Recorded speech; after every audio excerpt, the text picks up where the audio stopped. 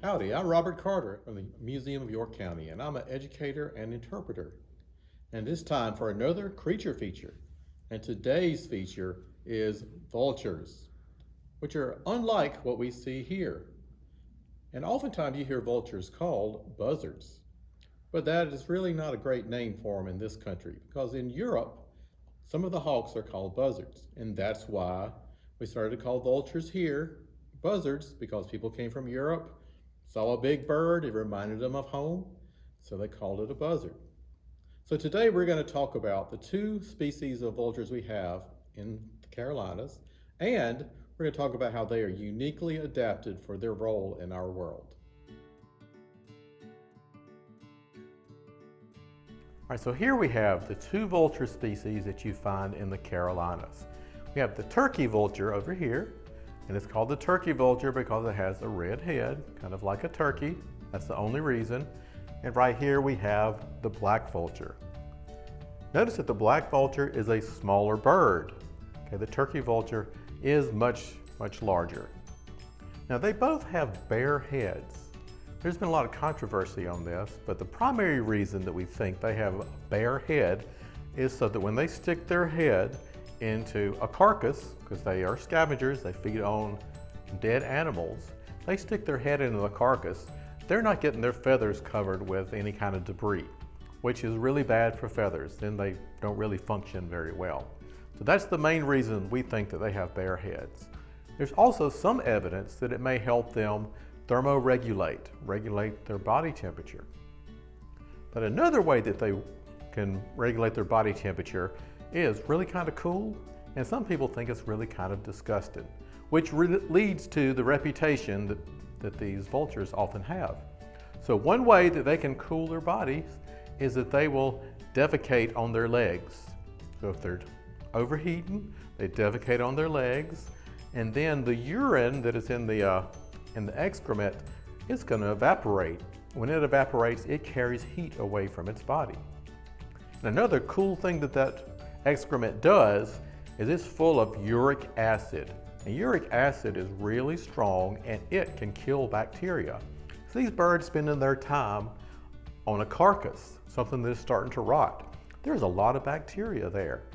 So this uric acid actually protects them. It's almost like they're putting an antibiotic on their legs because it kills the bacteria. So really cool. But people think it's really gross, which I can understand. But you got to understand that these organisms play a very important role in our world. If it were not for them, there would be carcasses everywhere, and we don't want that. So one important role that they do is they consume the carcass and they reduce diseases.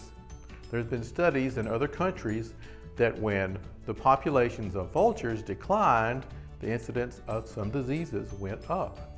So the vultures, they're consuming these dead organisms, and as they consume it, they digest it, and they also kill the bacteria because their stomach acid is so caustic that it kills any bacteria that goes into their stomach. So really cool. They're doing a lot of great things for us. All right, so vultures are very gregarious. They like to kind of roost together. All right, so here in the background, you can see one of the numerous cell towers that we have now. These are really convenient for both the black and the turkey vulture. They like to roost on these.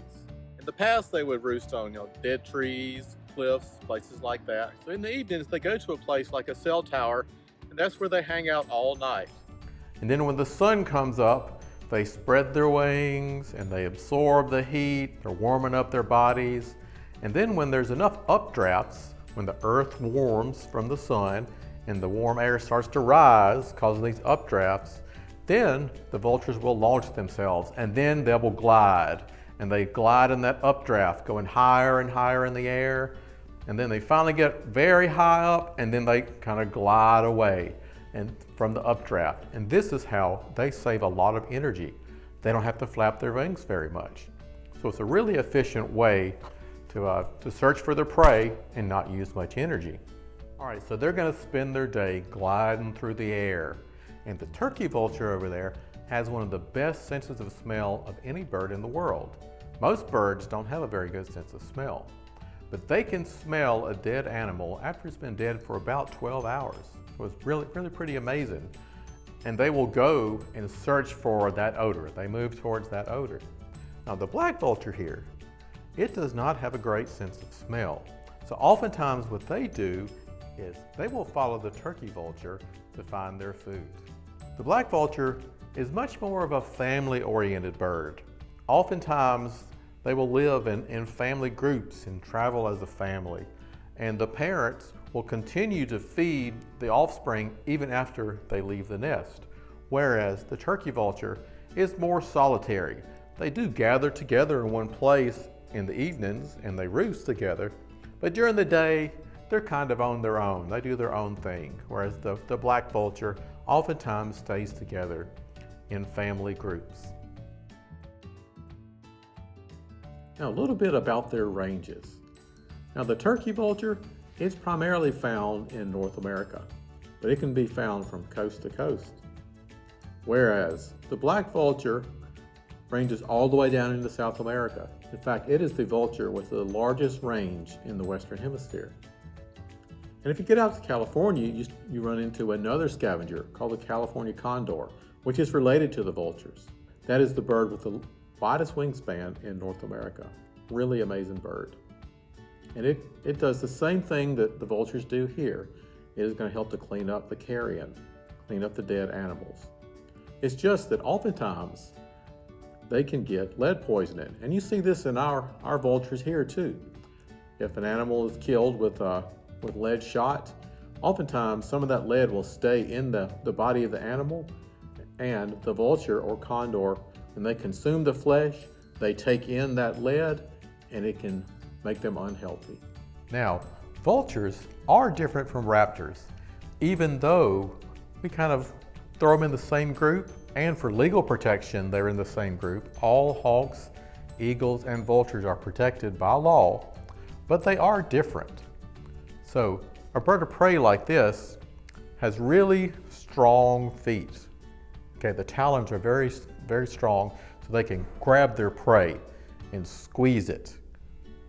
Now, with a vulture, those feet are pretty weak because their feet are not for grabbing and crushing, they're more for walking, because the vulture is going to land and then walk towards the dead animal, and then jump up on the dead animal. Okay, so their feet are much different. So even though they kind of have a similar role, they're both consuming, animal flesh. A raptor will kill their own, whereas a vulture is going to look for something that is already dead. All right, now, when you see vultures in flight, their wings are going to be more like a V, whereas hawks and eagles are going to have flat wings. So you can look up in the sky and right away know that you're looking at a vulture if you see the wings held like this. Also, oftentimes you see a group of vultures swirling as they go up in the air. And when you see that, that's called a kettle. It's called a kettle because when they used to boil water on the stove, they used a kettle and the steam would come out of the kettle and rise. So these birds are rising up in the air, so it's called a kettle. When you see that, if you look closely, look at the bottom of the wings and you can tell right away if it's a turkey vulture or a black vulture.